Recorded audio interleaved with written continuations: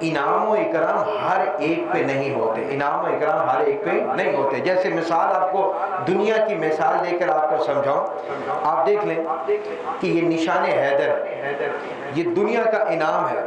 یہ دنیا کا ایک سٹیٹس، ایک مقام آپ کو دیا جاتا ہے کہ اس جگہ پہ ہر بندہ نہیں کھڑا، یہ اس کو انعام ملتا ہے جو اپنی جان مال سب کچھ اس کو پیچھے رکھ کے اپنے ملک کی سلامتی کے لیے،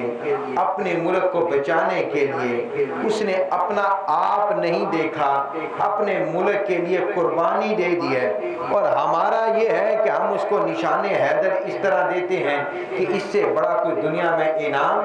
نہیں ہے، اتنا بڑا یہ انعام ہے کہ اس وقت دنیا میں کوئی اس سے بڑا انعام نہیں ہے، تو اس کو عطا کر دیا جاتا ہے اور لوگوں کو بتا دیا جاتا ہے، لوگوں ملک والے بھی اس کی عزت کریں، عوام بھی اس کی عزت کریں، کیونکہ اس کو نشان حیدر مل چکا ہے۔ آپ سوچیں کہ انعام ہر ایک کو نہیں ملتا، پھر جس کو ملتا ہے اس کو عزت کی نگاہ سے دیکھا جاتا ہے۔ سوچیں 2 منٹ کے لیے کہ جب رب العالمین اپنے بندے کو انعام اکرام کی بارش کرتا ہے، پھر اس کا انعام پھر وہ چنتا ہے، پھر وہ انعام دیتا ہے،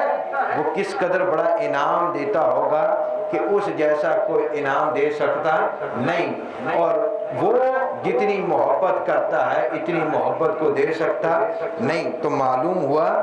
انعام اکرام ہر ایک پہ نہیں ہوتے، انعام و اکرام ہر ایک پہ نہیں ہوتے، کیونکہ جب تک مالک راضی نہیں ہے، اس کا دل نہیں خوش کیا،